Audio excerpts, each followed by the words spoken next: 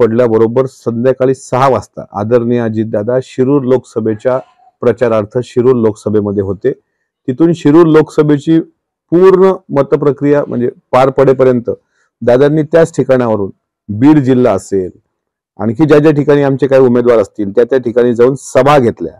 इतकंच काय तर शेवटची पावसाची सभा ज्या दिवशी चाकणला होती त्या सभेचा मी स्वतः साक्षीदार आहे। त्या दिवशी दादांना थोडी कणकण होती आणि तेव्हापासून त्या पावसात भिजल्यामुळे दादा आजारी पडले।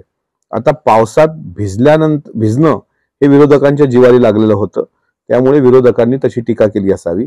मात्र सध्याच्या स्थितीत दादा काल वाराणसीला नव्हते यावर लोक टीका करतायत, दादा काल अमित शहांच्या मोदीजींच्या रोड शोला नव्हते यावर लोक काही टीका करतायत। आजही काल मला वाटते मोदीजींची नाशिकला सभा झाली।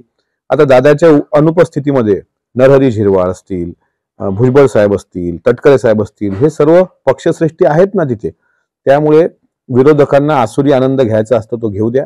दादांची प्रकृती थोडी कणकण असल्यामुळे नादुरुस्त आहे। सध्या ते त्यांच्या निवासस्थानी आराम करतायत। लवकरच ते ठणठणीत बरे होतील आणि 4 जून नंतर जी लोक आज तोंडसुख घेत आहेत त्यांची तोंड तुम्हाला काळवंडलेली दिसतील।